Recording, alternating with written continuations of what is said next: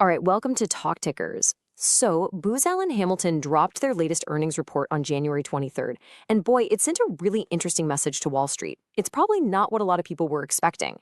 Let's dive right in and break down these surprising numbers from their Q3 fiscal 2026 results. So, what happened? Well, the market's reaction was, immediate and pretty decisive. It was one of those classic cases where you really had to read between the lines. The stock shot up almost 7% on the day. So, what on earth did investors see that got them so excited?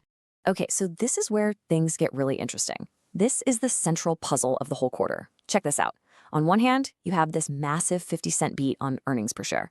I mean, that's just pure profit power right there. But on the other hand, a pretty significant miss on revenue. We're talking about $100 million shy of what everyone expected. The key thing here, the real takeaway, is that the market looked at this split decision, and overwhelmingly they voted for profit over growth. So let's dig into exactly how Booz Allen pulled off that one.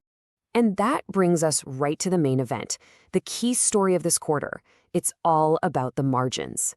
You see, the market wasn't just giving them a pat on the back for cutting costs. No, it was rewarding them for showing some serious operational control and, frankly, resilience in what is a very challenging environment for government contractors right now. The CEO, Horacio Rizanski, he came out and framed this whole cost-cutting thing not as a defensive move, but as a strategic one.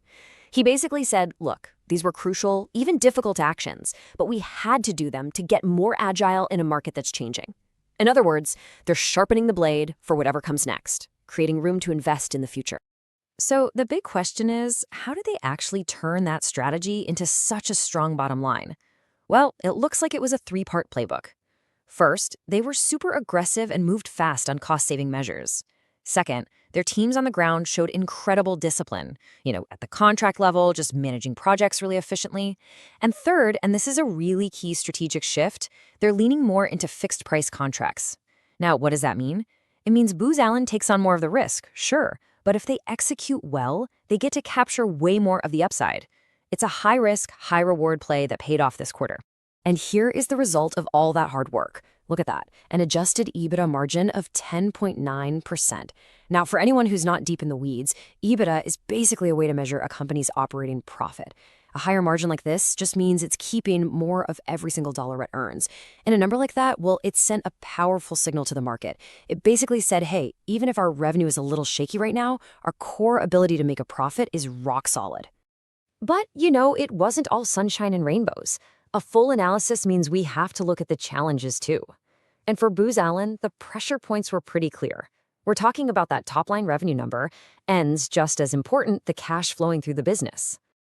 And yeah, this chart really shows that top-line miss in stark relief. Revenue came in at $2.6 billion. That's a drop of over 10% from the same time last year. Ouch. Even when you make some adjustments, it was still a really meaningful decline. This right here is the big headwind that the market, for now, decided to look past. So what caused the shortfall?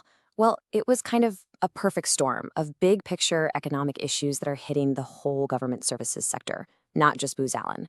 You had that long government shutdown, which pushed some work into later quarters.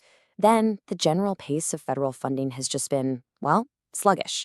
And all of that together has created this massive logjam for new contract awards. And it didn't stop with the revenue miss. Management also flogged another area of concern. They actually lowered their full-year guidance for cash flow. Now, that's a big deal. It signals that the current environment is making it a lot tougher to turn those impressive profits into actual, cash in the bank. For any investor, this is definitely a critical thing to keep your eye on. Okay, so let's see how all this stuff, the good and the bad, feeds into their forecast for the rest of the year. Unsurprisingly, management's updated guidance paints a very mixed picture. It perfectly mirrors the quarter we just looked at. Honestly, this table right here tells you the whole story. Look at this. They're guiding revenue down. Okay. They're guiding free cash flow down, and pretty significantly at that. But, and this is the big but, they are guiding their adjusted earnings per share up.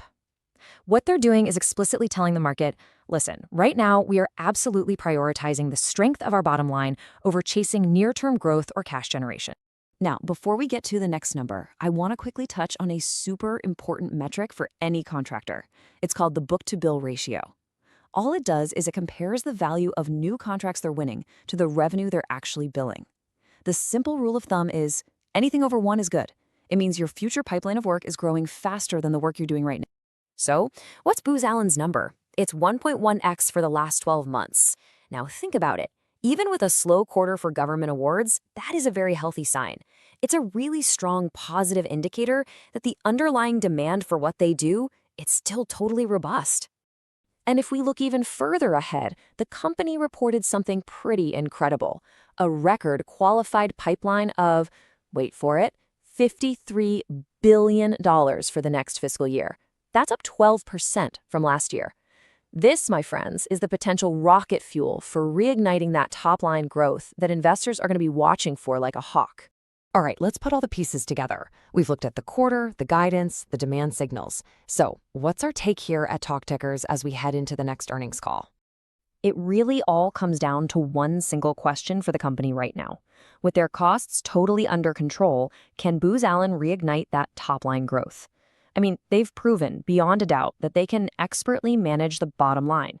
The next big test is proving they can turn that massive pipeline we just talked about into actual awarded contracts and get that revenue engine firing on all cylinders again. So here's our prediction. For the next quarter, honestly, expect more of the same. I'm talking impressive margins, but that top-line revenue is probably going to stay soft. Because of that, the stock will likely just trade sideways for a bit. What's the key catalyst we're all watching for?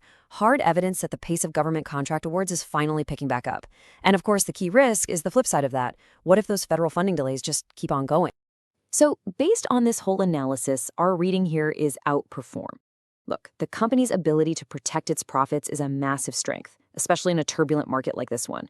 And those underlying demand signals, that book-to-bill ratio, that record pipeline, they are just too strong to ignore.